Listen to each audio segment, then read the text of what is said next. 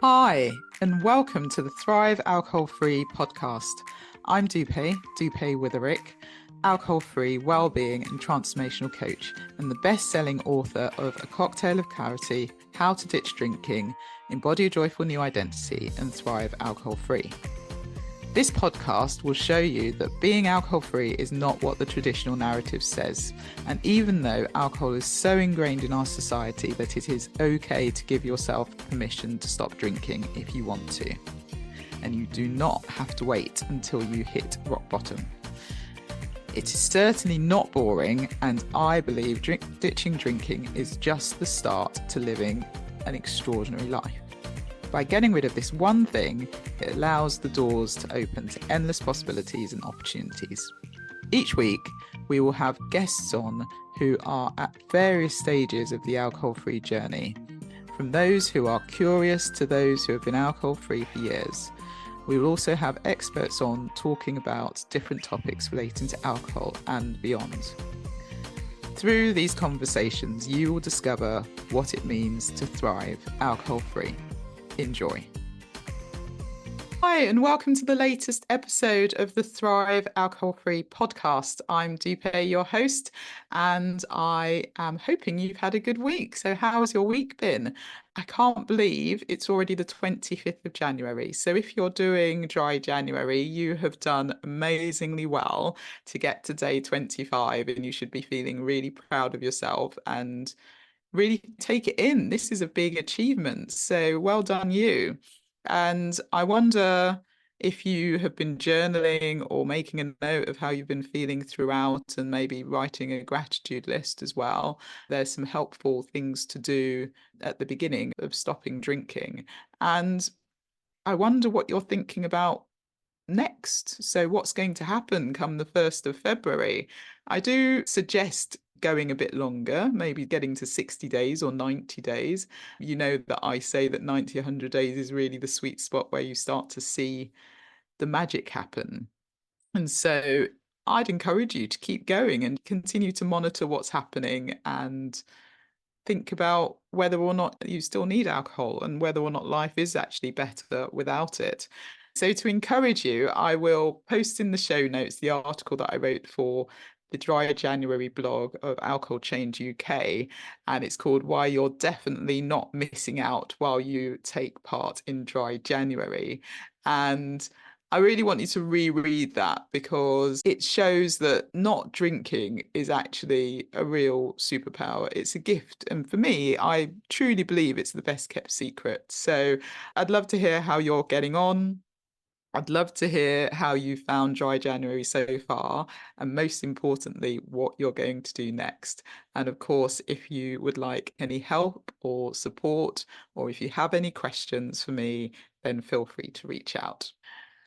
Okay, I'm really excited about today's guest, and it's not one, but two guests. So I have Lisa and Alex from Be Sober. We have a really fun conversation, and I hope that you enjoy it. Be Sober is the only sober community that offers everything people could need in one place.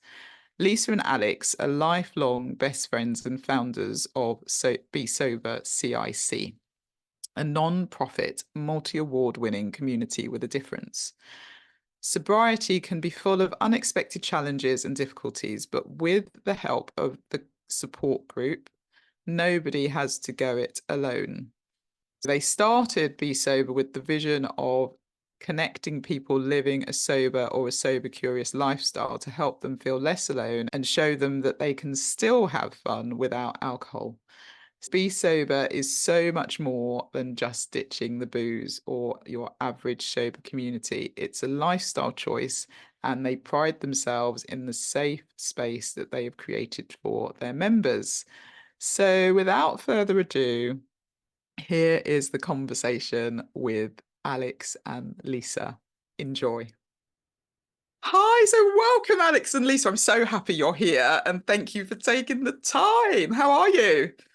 Yeah, really good, thank you. Yeah, We're thank you. excited to be here. It's been ages since we've done a podcast that we've not hosted, so it's really, really nice. I feel like I can breathe. I feel like I can breathe. I feel like somebody else has to do the work and think on the feet a bit now.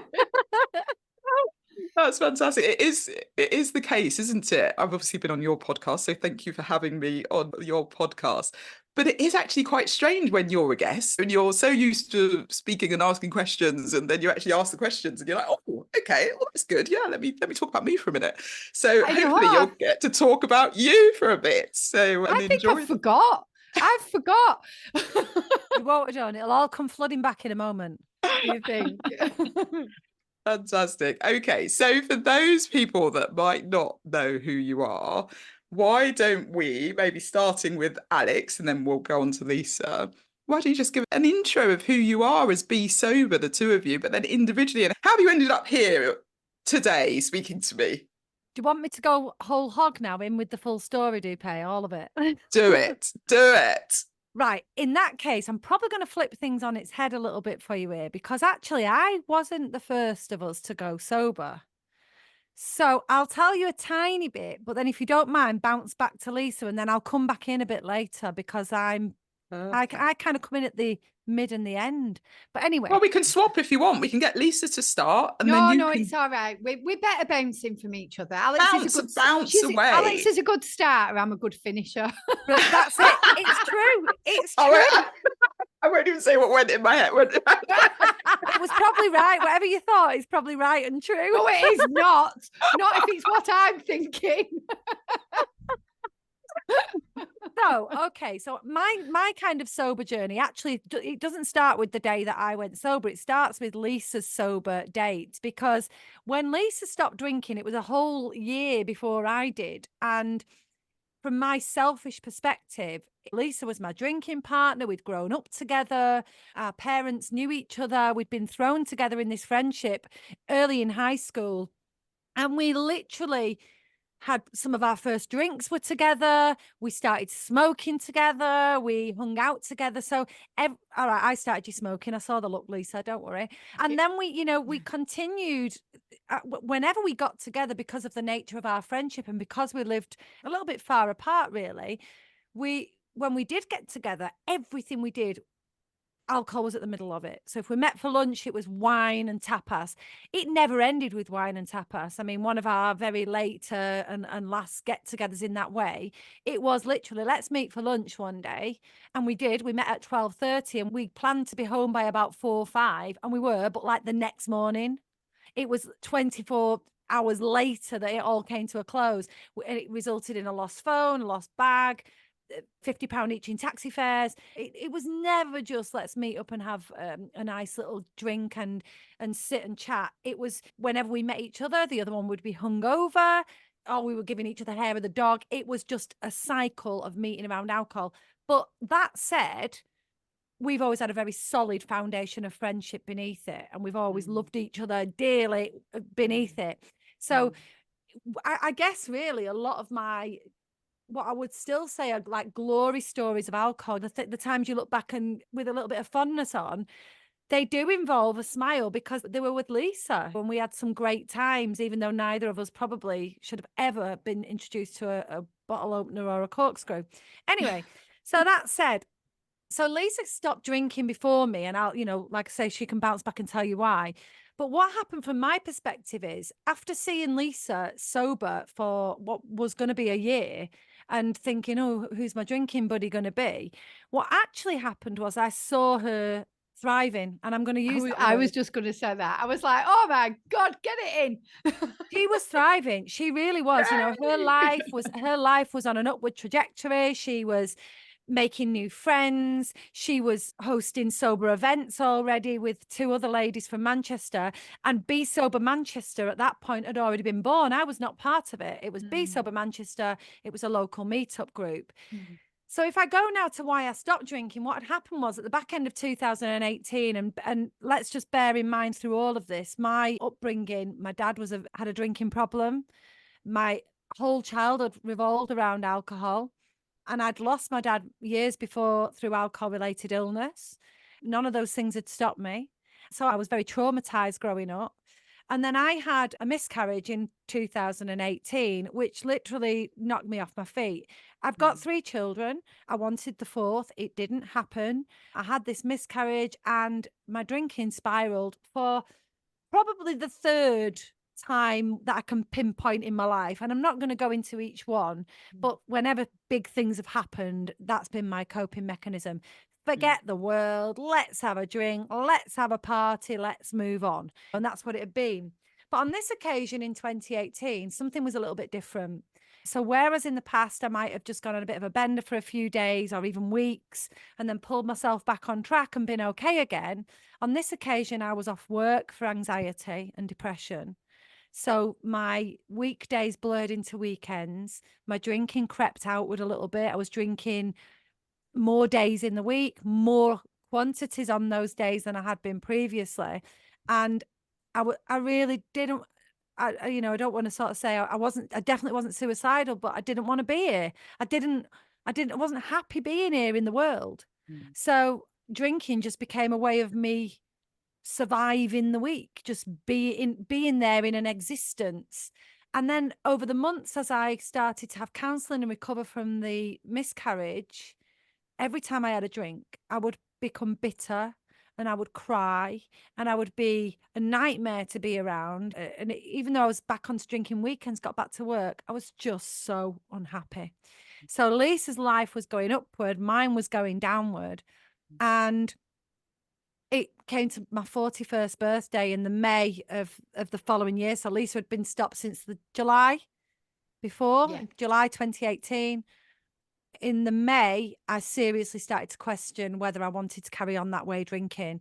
And I just had a conversation with Lisa of, how are you managing to have fun on my birthday without a drink? Like, she was just the same person. She was having, and a better person as well on top of that. She was having a great time. She was socializing. She was relaxed. And I was quite intrigued. And she suggested I take a 30-day break. And we actually went on a walk just before I got sober. And I was very, very down. I was very depressed. And she said, come on, you've got to pull yourself together. You can't carry on in this really low place you're in. You've got to come out of it and you've got to be more. And I phoned her up in June 2019 with a horrendous hangover.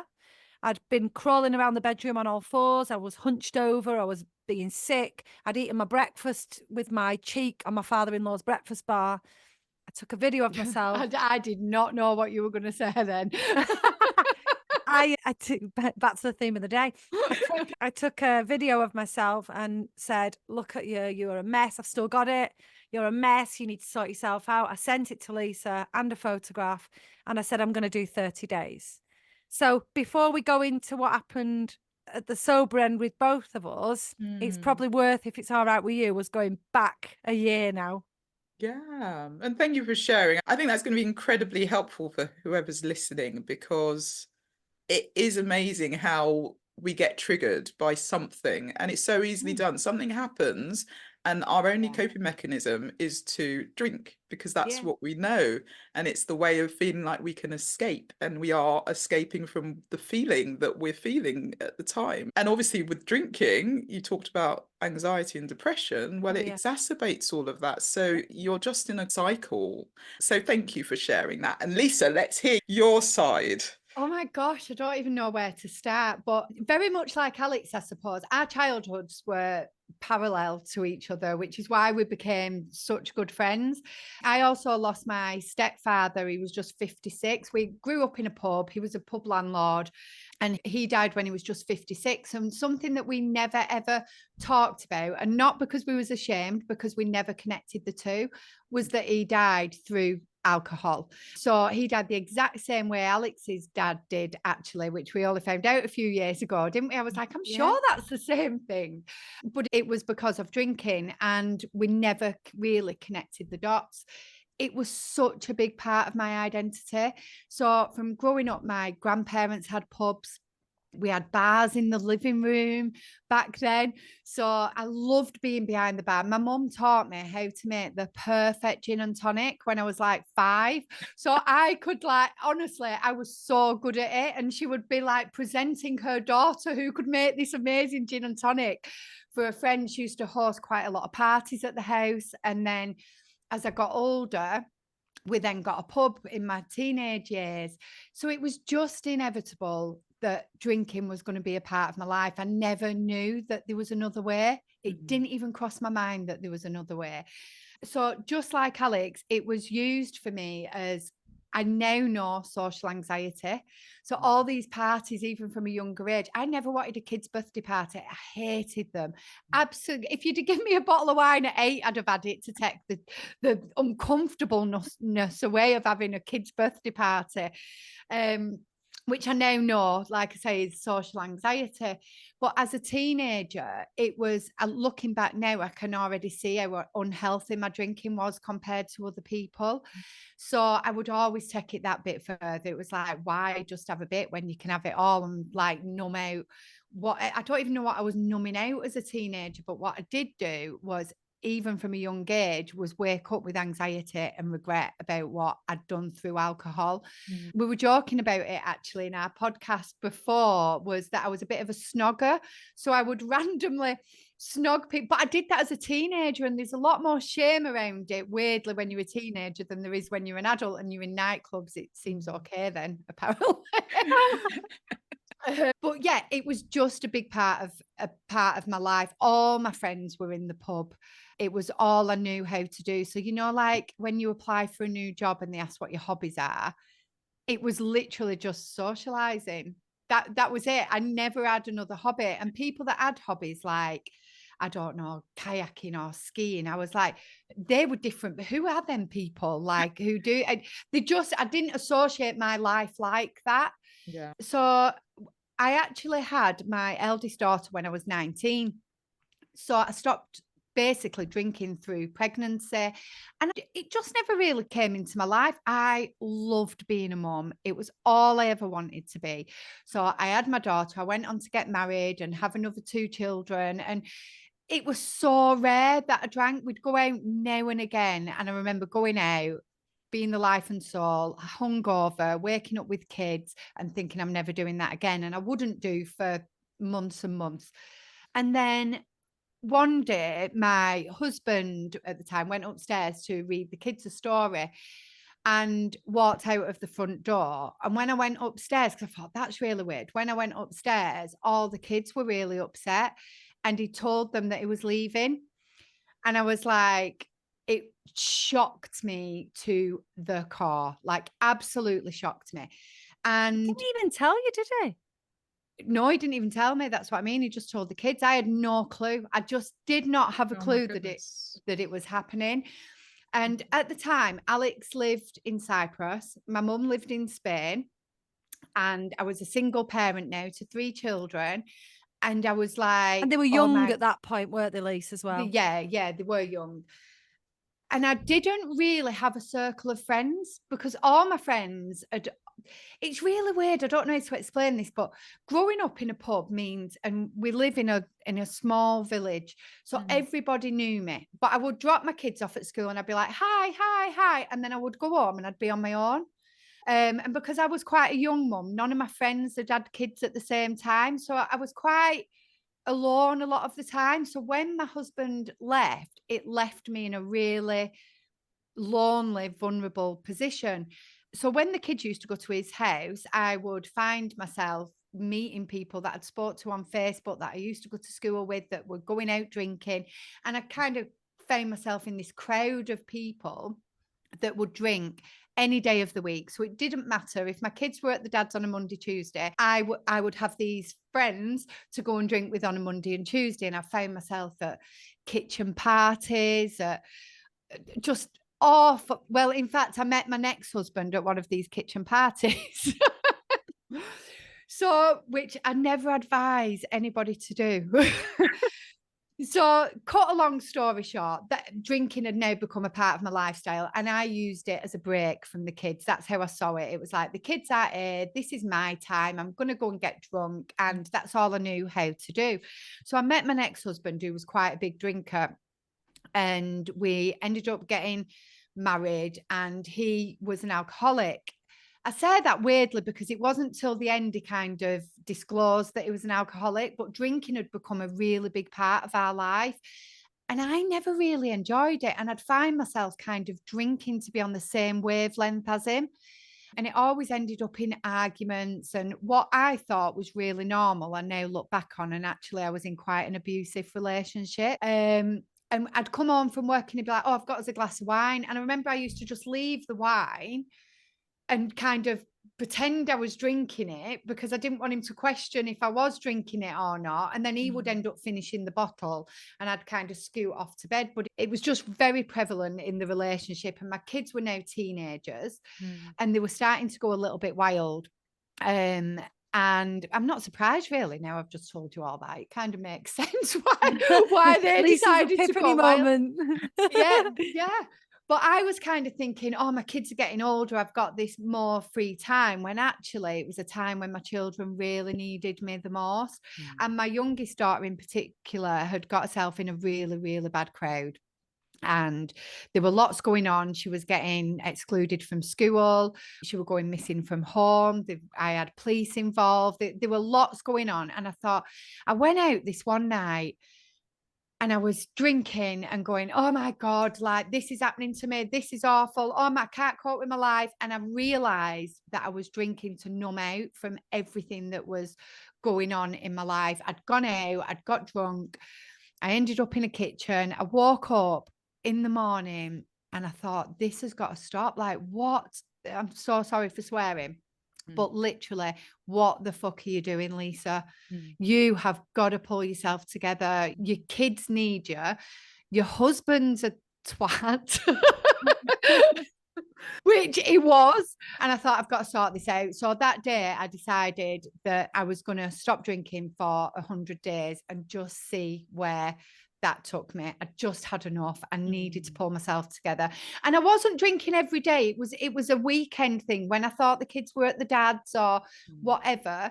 But I thought, you know what? I've got to start showing up. I can't go and look for my missing daughter, whether she's at a dad's or not, at 12 o'clock at night if I've been drinking. And I needed to kind of pull myself together. So that is kind of why I decided to stop.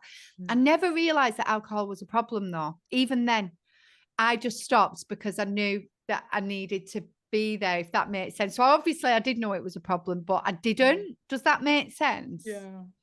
It wasn't till I stopped afterwards. Within that 100 days, my life changed so much. Like so much. The fact that I could wake up, the fact that I could be there for the kids and kind of show up to school and talk to all these official people properly, it made such a difference. But I loved it. I loved how it made me feel. I loved that I was waking up fresh and my anxiety started to go away. I'd answer the phone to calls that I didn't know because I used to be so feared of picking up my phone. Be like, I don't know who that is. I'm not answering it. But I started answering the phone. And then within that time, I'd kind of publicly put it out there on my Facebook, like I'm stopping drinking. I got the comments of like, really, you, what the hell? We'll see you when you've stopped drinking. And the job that I was doing at the time, When you stop not drinking. sorry. I'd left my job and they said, we won't have a leaving party for you now. We'll wait till you're drinking again. And I You've never had remember it really messed with my head that I thought, hang on a minute. Why are they waiting till I drink again? Like, do they not like who I am when I'm sober? And it really started me questioning my own identity and who I actually was without alcohol. So that's when I put it out there on my Facebook, told everybody, and I got to meet 2 other women. And we met through Instagram, went and met up in Manchester at the Trafford Centre. We got talking, and Be Sober Manchester was born in that one coffee meetup. We was like, you know what, let's do something. There's got to be something for people that don't want to drink and they just want to meet up. And yeah, we had the little bumblebee logo at the time. Like by the time we'd finished this coffee, we'd got the bumblebee logo, Be Sober Manchester, and one of the girls was a florist. And she was like, you know what, we could do a flower crown workshop. So she posted this flower crown workshop.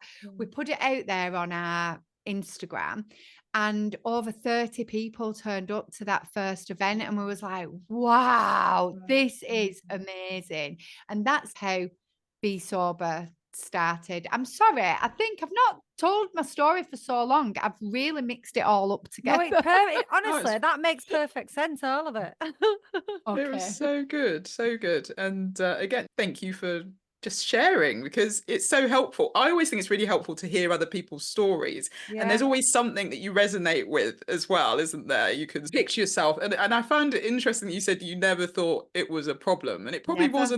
wasn't a problem because, as you say, you were drinking on weekends. Yeah, fine. Yeah. That's what people do.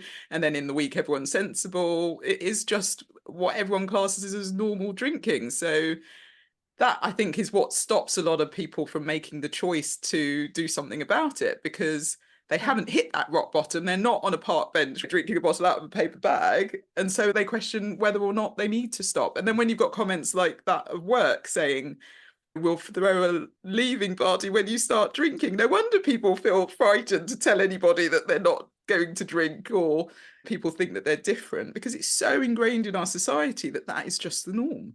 It I agree. And I massively is. think Alex said something before and it was really nice to hear actually, because she said when Lisa came to my birthday, she was the same person.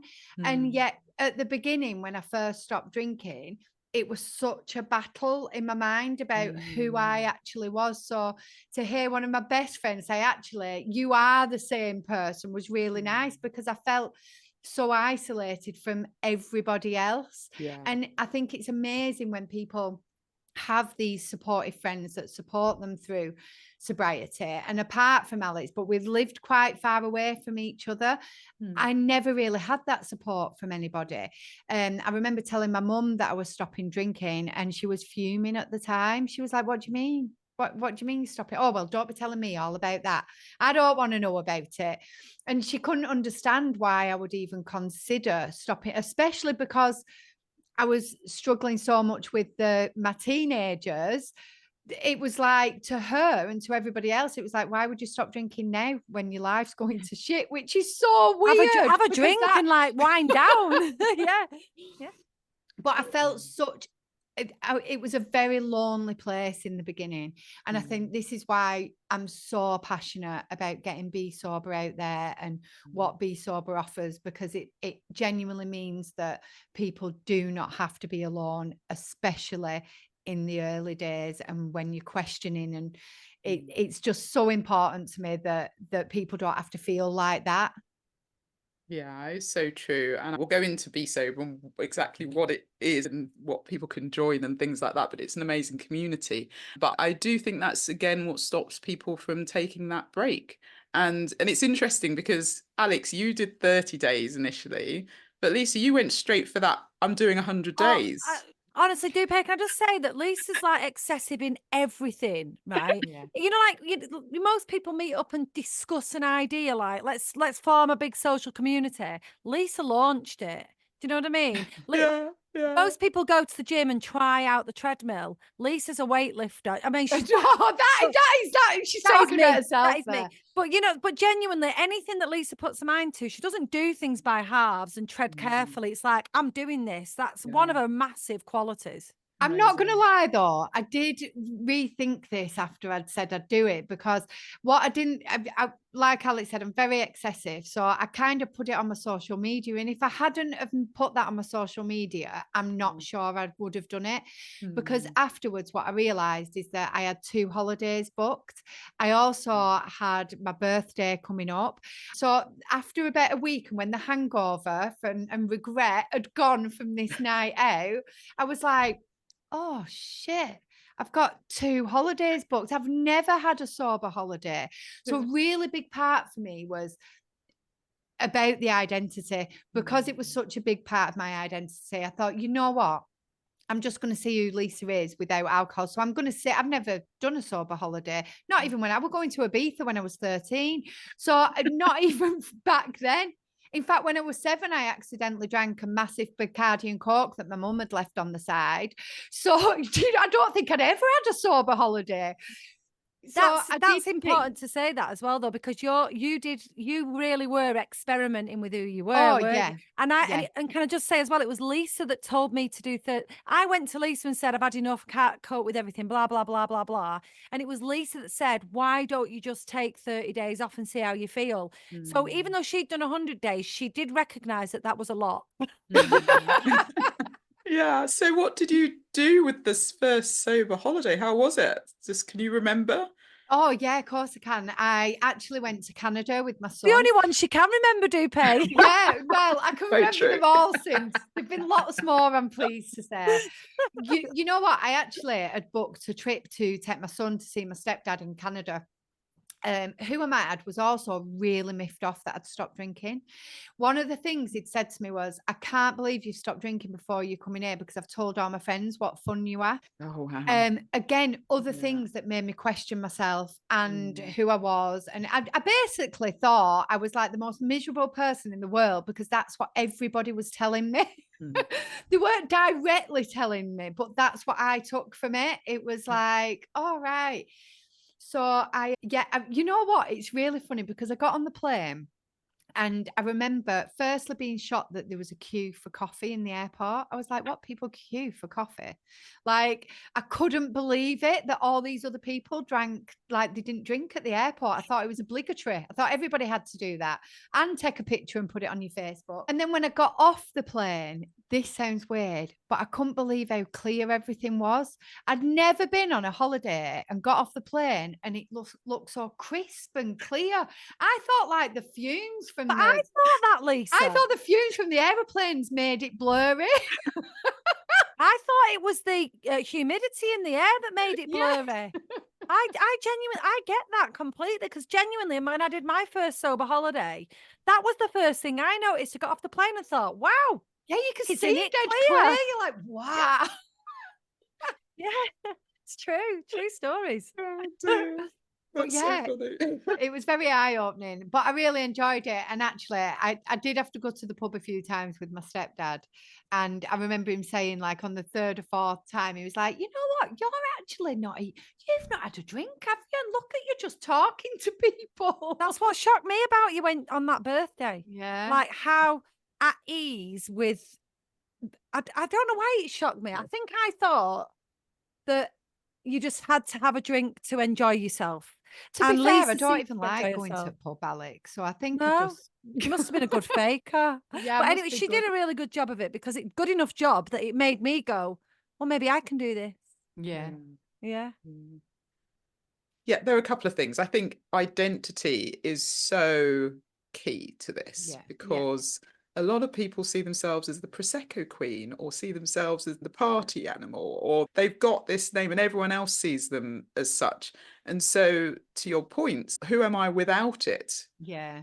If that's who everyone expects me to be, and then society says to you, and this is something I think I said it on your podcast, it says to you that if you don't drink, you're boring. If you don't drink, Yeah. you're not having fun. If you don't drink, there's something wrong with you, or you've hit rock bottom, or you're pregnant, right? So Yeah. they're the only reasons you wouldn't drink. And so, of course, if it's ingrained in society and we've grown up in this environment where we think we can't not drink, then when you actually make that decision to take 30 days, 100 days, of course you're going to question it. Of course you're going to question everything about it, especially if you've been doing it for years. Do you know, just picking up on what you said then as well, it's so dangerous making assumptions around why people don't drink, flipping that, because I'd had that miscarriage in October and during my 30 days, so I was still really vulnerable, remember, and the reasons I was stopping rooted back to the reason why my drinking had become so excessive. So, and I turned up to my son's then football awards day and it was at the local rugby club. And I was very nervous. The crowd that were there were a group of mums and dads that I'd been previously very boozy with. And I just said, oh, I don't want to have to explain myself. So my husband said, I'll get alcohol-free beers. And everybody was in plastic cups, you know, because we were outside on the cricket grounds and on the rugby club grounds. So we had these plastic cups. So of course, everybody just presumed I was drinking when it was actually a non-alcoholic beer. And my son came over to me and his dad had turned up, my ex-husband. And he came up and he said, Dad's told me to tell you he knew you wouldn't be able to do it. And I said, what? And he went, not drink. But he said it in front of all the crowd that I was with. And I went, it's alcohol free, Daniel. It's an alcohol free beer. You could drink it. Don't worry. And one of the mums overheard me say it. And she went, oh my God, I know why. I know why. Oh, I'm so happy. Because I'd had this miscarriage months before. She was already celebrating the fact that I was pregnant again. And of course I wasn't. So that was like really hard hitting. And it just shows, I mean, I'm pretty tough around it. But, you know, we can make these assumptions and actually you don't know what's gone on. You know, yeah. And I think that's really important as well, because I think the more people are mindful of it, everyone has a choice and it's nobody's business, but everyone seems to think it is. If you say you're not drinking, it's like you got leprosy or whatever. And it shocks me a little bit because you wouldn't say to someone who's a vegetarian, come and have a beef burger or a hot dog. Do you know what, respect it, but with the People did it alcohol, with you, it's didn't they, Lise? Yeah, but after I'd stopped drinking, talking about the excessive, I did go vegan for a while. And people did question this actually. And I remember going to a barbecue and there was like, really? Why don't you just have a real burger?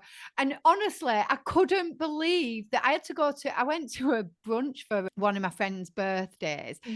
And I had to ring up before because not only was I sober now, but I was also vegan. And I was going to a bottomless brunch for a birthday, which, by the way, I would say no to now. But at the time, I was still trying to fit in. And I remember ringing them and saying, I'm just checking that you've got alcohol-free drinks and also vegan options because I'm vegan. And on the phone, I was like, and I just want you to know I'm not as boring as I sound. There's actually that justify T-shirt, it. wasn't there? Do you remember the T-shirt? Yeah, it had like vegan sober killjoy on it. I loved it. I absolutely loved it. But yeah, I went to and I tried to keep it a bit hush hush. As soon as I got there, the woman come over and she was like, who's the sober one? I've not got any alcohol-free drinks. And I was like, great. And then when they give me the meal, they shouted out, vegan, the vegan one. And I was like, oh my gosh. Me again, me again. I owned it. I owned it. Yeah, that's all you have to do. You need to own it, don't you? You need to just own it. Why not? You know, everyone should be allowed to do whatever they want to do. Yeah, yeah.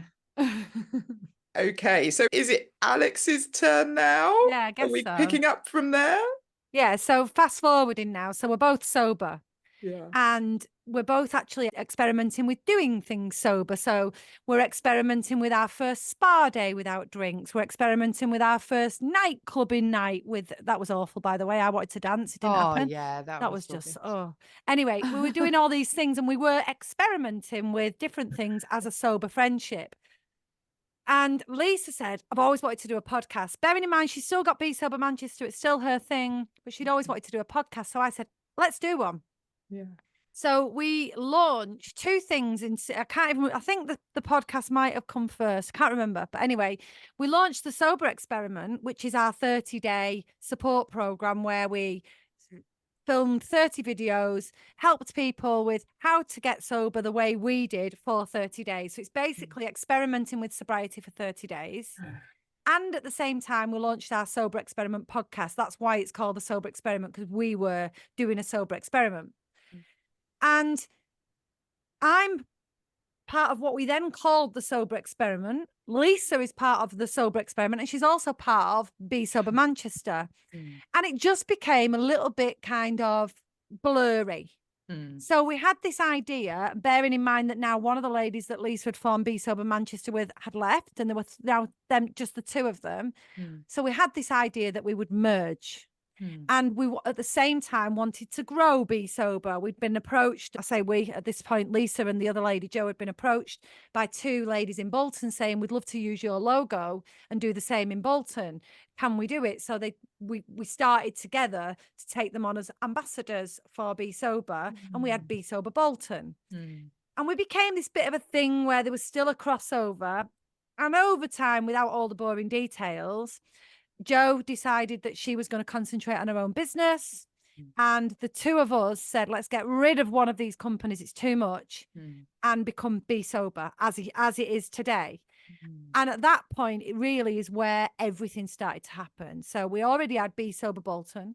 We were then approached by 3 Australian coaches who said, can we do Be Sober Australia? And all of a sudden, it grew. It just, everybody wanted to be a Be Sober. It felt like it, didn't it, Lisa? Yeah. And then Lisa was always really hot on the community aspect. And I was really hot on the support and mentoring, coaching type thing. So we were able to bring it all together. And it was there was a bit much at the beginning, I think. It was all a bit wild. We didn't quite know what we were, but Be Sober was at the centre of it. Yeah. I think that's about it now. It's your turn, sort of, Lisa, now, I think. But I don't really know where. That's it, isn't it? That is it. Yeah, that's basically it. Yeah, we grew. We got a Facebook group. We've got 22 ambassadors. We've just launched our app, which was Lisa's dream, to get a community app together. And now we do have some coaches, but it's not then they are qualified coaches, qualified through Be Sober with accreditation and certification, but they are self-employed coaches who just we push people onto if we need to do. And say, there you go there, find these coaches here. We've got counsellors. Wow. We've got our app, we've got our communities. I think the biggest thing about Be Sober, though, is, as it was at the beginning, all about connecting people who are getting sober for whatever reason, getting and staying sober, and they meet up either online, virtually, or in their local town, wherever there's an ambassador, and just live and thrive and enjoy sober living. Is that about it, Lisa? Have I said enough there? Because I know that you normally do that community bit. No, yeah, you have. I could see you panic talking because you weren't asked a question. I don't know. I need a question. I know her so well that even though she was talking and really loving it, then it were making me anxious. It's so true. We're so different, but we know each other so well. She knows exactly what's going on, and I do as well. Oh, how fab. I mean, that is amazing. And that's all in, what, 5 years? Yeah. Yeah, officially, we kind of started Be Sober as it is now at the very end of 2019, beginning of 2020. So it's even less. Amazing. Yeah. I mean, to have achieved, to have done all of that. And what did you find during COVID? It's probably worth touching on that, isn't it? So if it was the end of 2019 when you started it fully, a lot of people, myself included, we all thought the world's gone to shit. We don't know what's going on. And I know, let's have a gin and tonic. That's how I started my sort of. We were in denial, 2020. Dupe. We were in denial because we were still organising a face-to-face event that was due to go ahead on the 31st of March, 2020. Wow. We were selling tickets. I can't believe you remember dates so well. You're so good, Alex. You are, honestly, I love it. Don't ever ask me a date. I've only just learned Alex's birthday and we've been friends for like 33 years or something. Yeah. See what I mean? And COVID actually did very well for Be Sober, if I'm honest. Yeah. Like it did. It really did. And it gave us a new lease of life. So like Alex says, we was arranging this big event in London. We was like the sober experiment go. I don't know who we thought we were, right? But we were going on tour. We were going on tour, right? So our first stop was London. We had the venue, we had the tickets sold. We were so excited. We had a panel. We had a panel. Amazing. Yes. So we'd got an amazing panel together, which had come throughout our podcast. We peaked very early on our podcast. We just kept asking all these amazing sober legends to come on, and they just kept saying yes. And we were like, oh my God, this is amazing. So yeah, so we were going to London and we had to cancel it because of COVID. So what we did is we were like, well, you know what, we'll do it online. So we got in touch with our panel and said, would you be interested in still running this event, but we'll do it online? So they were all well up for it. So we hosted what we called the Sober Sessions, the first one of our Sober Sessions. It was called Sober Saturday. No, it was Sober Sessions straight away, wasn't it? No, Sober Saturday. I looked back the other day. I couldn't believe it. It was Sober Saturday. I'd forgotten about it. Oh my gosh. Yeah. So we hosted this first one and everybody went mad for it. It was just, felt like a TV star. All these people turned up to this Zoom. You could see, like, you know, like we can see our boxes now. Yeah, It was yeah, tiny, Full. teeny, yeah. little Pages of them. faces. Amazing. Pages. You could just keep Amazing. swiping. Yeah, And we yeah, started the sober Saturdays or the sober sessions, and it went so well, that first session and the panel talk, yeah. that we all decided that through COVID we would do them every Saturday. Wow. And then we got guests on that would come, and it was just incredible. It just really helped so many people.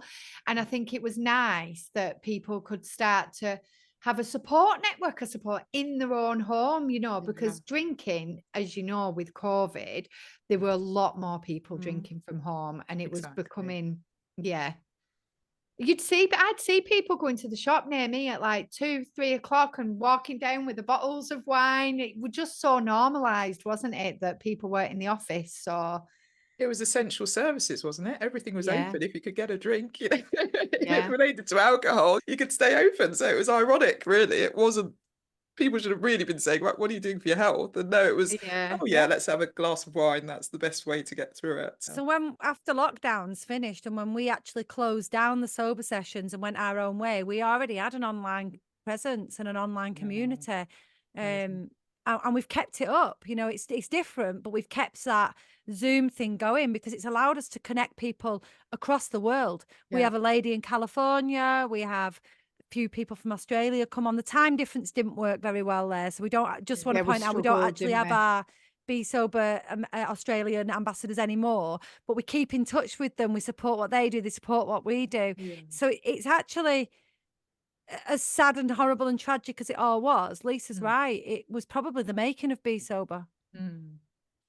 It's Yeah. just, and what we find now as well, which I absolutely love, is that so many of our members who meet on Zoom, the friendships that they're forming and that support network that they've got, everybody travels all over the country to meet each other. Not even the It's like, country, the world. They went to Bali not long ago.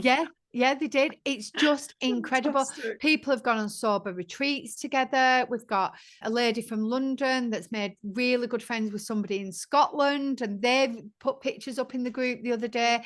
And it's just from our point of view, that is what it's all about. The connection, the knowing you're not on your own, these friendships, this support, these are people that were in a place where they didn't know anybody that didn't drink. And through COVID, through doing it online, they're meeting people who they're then getting to meet in real life. And I just think for us, it's so amazing to see these friendships. And we've always said that. We've been very passionate about, it's not about the big glitzy events for us at all. It's about somebody finding somebody that they can drop a message to, they can go to the cinemas to. And when we started with the ambassadors, we made it really clear that we're not bothered about the Instagram of all these big glitzy sober events. If one person turns up to your event, you have made a difference. And I think we always go back to that because it does make a difference. It really, really does. And I think that's how we get to keep the intimacy of Be Sober. So even though it's known now all over, actually, when you're a part of it, you feel really special. You're in a safe, small space, even though it's big, if that makes sense. Yeah. Yeah, it's amazing what you're doing, and gosh, you should be so proud of yourself. You've just, you've changed the perception for people. You've given people a space that they can come into, and you've created an environment where they can meet others and feel like this is normal. And I think that's the biggest shock for me when I stopped drinking at the beginning of November 2020, and I said I'd only take a break. I didn't realize there was this whole community of people, and it was just incredible. And you're one of the groups that have helped drive that. And I imagine if you look back to when you started it at the end of 2019 to now, it feels like it's a real trend now, doesn't it? It feels like everyone is doing it. Whereas then it wasn't the norm at all. Even when I said I'd take a break, I didn't know anyone who wasn't drinking. It just wasn't it wasn't a thing. And there was certainly not, all the alcohol-free drinks and other things that have come on now in the magazines and all the rest of it. They just didn't exist. They weren't there. Brilliant, innit? Yeah, we I just think, jumped on the wave at that point of it starting to get popular, didn't we? yeah. And I think it's amazing to see so many communities and so many alcohol-free options, so many podcasts, there's so much support, and we're massive believers in that you will find what's right for you. Before Be Sober, I was playing around in groups on Facebook, and there were some I'd be like, oh, I don't really like this. And others I felt really at home in. And I think it's taken us this 5 years to really find our place and to go, this is who we are. This is what we do. These are the type of people that we attract. And because we struggled at first, I think, Alex, didn't we? We were trying to do a bit of everything. And for instance, there's groups out there now that do like all the sober clubbing and the sober raves and I think it's amazing to have a space for people that want to do that. I've been to the sober clubbing. I don't really love it anymore, but I've done it and I enjoyed it a little bit. And I didn't. It's not where it's not where I really want to be. And I think it's just so nice that there's different spaces for everybody. There's options. There's more and more options all the time. There is room for everyone. There is room for, I mean, somebody said to me not long ago about my local village has got, and I'm not even joking, it's got 20 barber shops. There's only 12,000 people in the whole of the ward district. Yeah. And there's 20 barber shops and they're all thriving. Every single one of them's busy all the time. Yeah. So if 20 barber shops in one space can do it, then 20 sober spaces in one world can do it. Do you know what I mean? Absolutely. Yeah. Absolutely. It's like, I don't know why this has come to me, but like when you're a drinker and you have your pubs and your wine bars and your clubs and there's room for everything, isn't there? We're like the pub, aren't we, Alex? We're the old-fashioned pub with the fire. We're the one with the fire and the tap room for the darts. Yeah, we are. That is exactly what it is. And but nobody goes like this when you walk in. Nobody stares at you when you walk in. It's not that welcome. cliquey. He said no staring, no looking. Oh, we actually have honestly, we've managed to achieve it. And I'll tell you how I know we've managed to achieve this. We always said non-judgmental. Now, human nature is to be judgmental. Everybody is judgmental. Of course we are. We're humans. And we're taught to judge. As parents, as children, you're taught that. But somebody said the other day in our big support group, I can't believe how nobody has judged me and all they want to give me is help and support. And she wrote that on a post and I thought, we've done this. We have made sure that even in this group of over 2,000 people, our big free group, the people who have joined that are our people. We have been in groups, both of us, where you're not allowed to talk about 12 steps or it's all about 12 steps. We don't get that in Be Sober. We've always said, we don't care how you got sober or even why you got sober. It's really not important. What is important is we're all sober together and we want to make some friends. And that is it. Yeah. And that's a great way to be. I think a lot of people with AA, I was speaking to someone the other day and they were saying, I just felt quite anxious because I felt if I had a drink, I would be so judged and condemned because that's the whole premise. You need to be very strict and follow the 12 steps. And then you have to tell your sponsor if you have a drink. And so there's this whole thing. And I think it works for some people, don't get me wrong. It does work for some people, but for this person in particular, it made them quite anxious. And again, I think when you sort of give that message that you can choose to do this, no one's going to judge you. If you have a drink, you might learn something. You might realize actually you don't enjoy it. And then what does that mean? And why did you have the drink? And you can think about it. And if you want to carry on, carry on. But it's more about people having that choice to at least try if they want to try, and then trust the process and go with it and see what happens, because at the end of the day, you're completely right, we're all human, things happen, and everyone has their journey, and actually your journey is going to be the biggest thing that creates you. So I absolutely love the fact that you are just so inclusive and what you're doing is amazing. So well done, you two. Brilliant. Oh, thank you so much.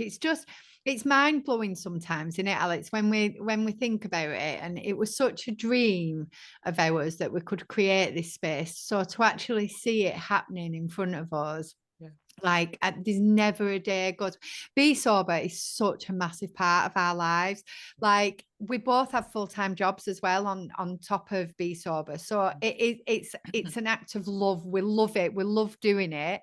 And it's just so it's a CIC as well, which means everything that goes into Be Sober, any profits go back into the community, which is why we've been able to develop the app that we're really proud about. It's also why we have to work full time. It is also why we have to work full time. But yeah, it's a labour of love. That's what I was looking for. That is what it is. But we do love it. It's such a big part of us. And I remember years ago, somebody saying, when will you know that you've made it?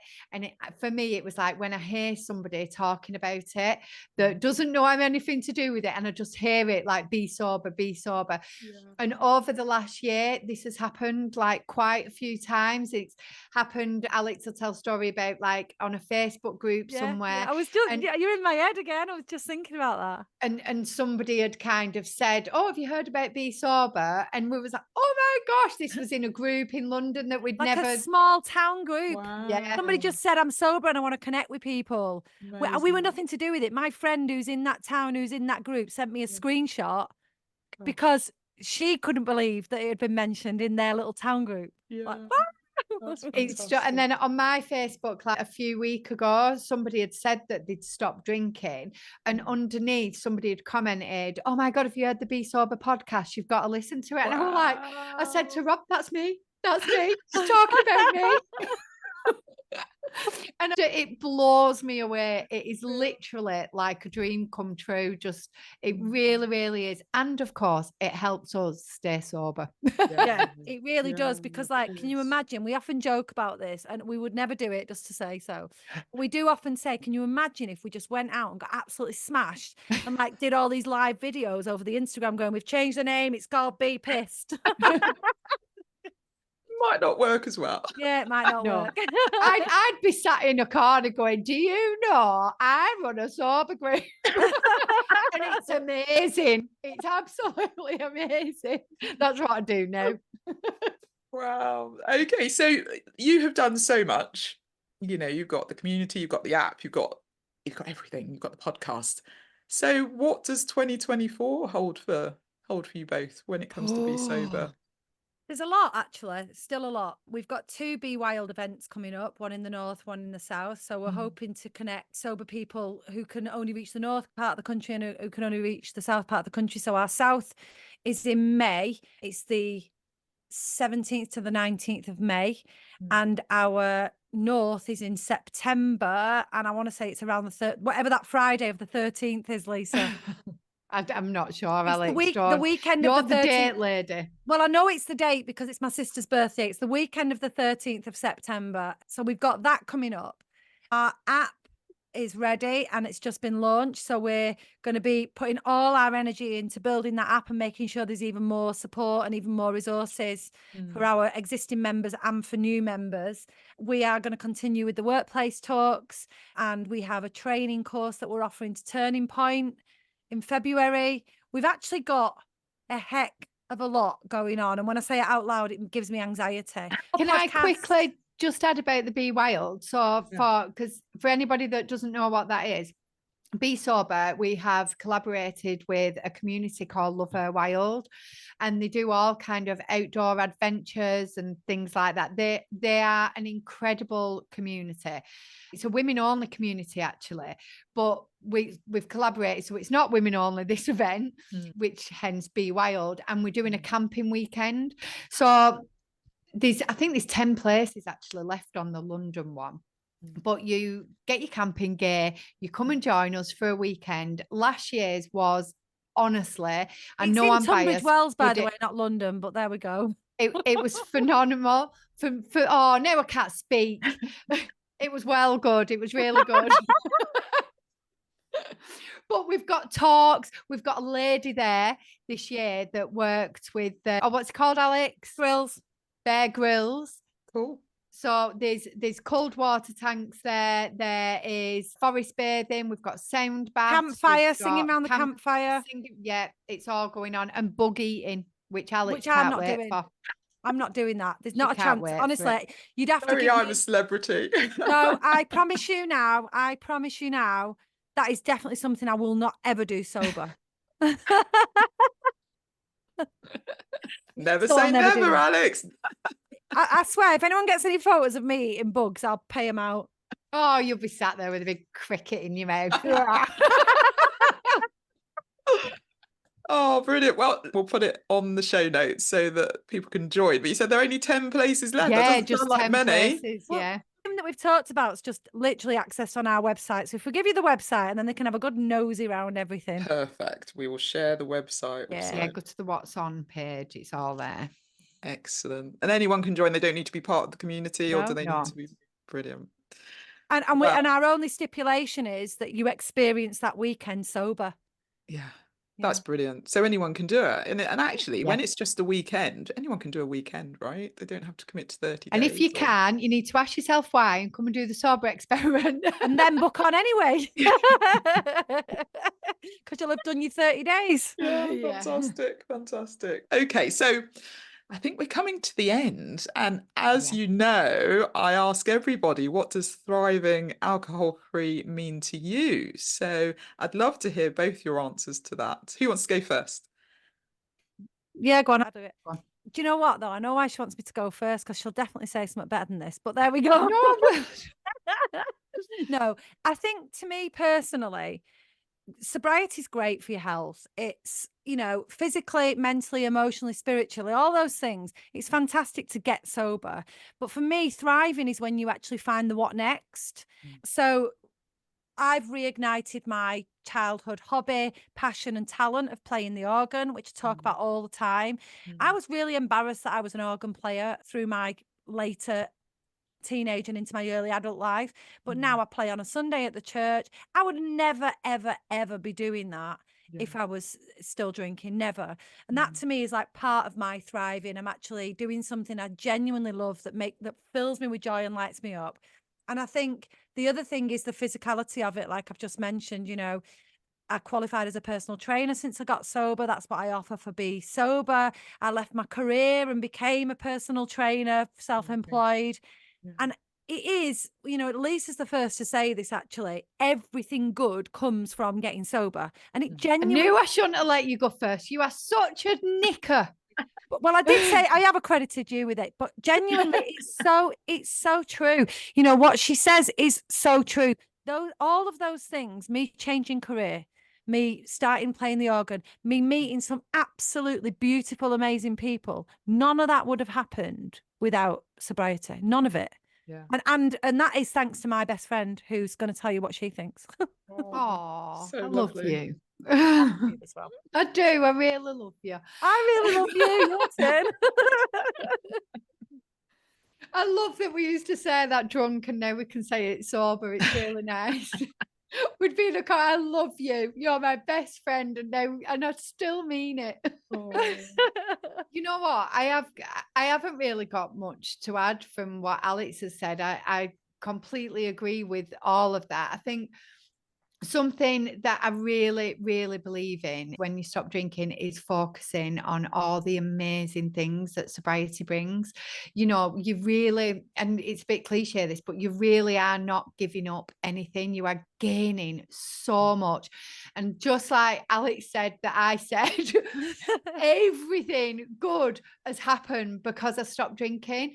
And we talk about this often, and I'm like, I love gratitude. I'm all about it. I'm all for looking at the glass half full and looking for the positive in things. And I'm a big believer in it. And you've got choices. You either sit there and be like, oh, I've stopped drinking, my life's so rubbish.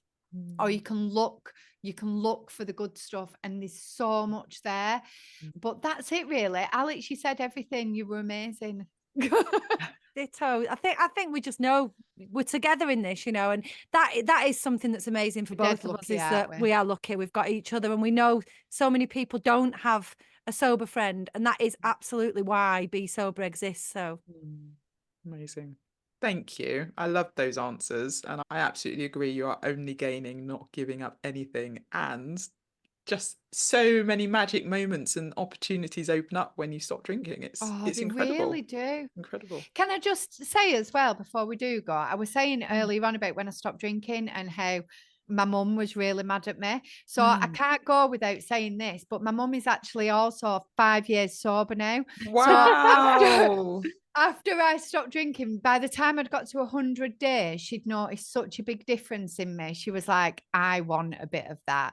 So she Amazing. also did a sober experiment and she's 5 years sober. Her life has changed dramatically from what it was. And I am so, so proud of her. But yeah, just thought I'd Can I add just that. can I add to that then? If Yeah. Lisa's really contagious, so if you are listening to this podcast, chances are you're going to get sober. She was it the postman you converted or Oh something? yeah, my delivery driver. Really?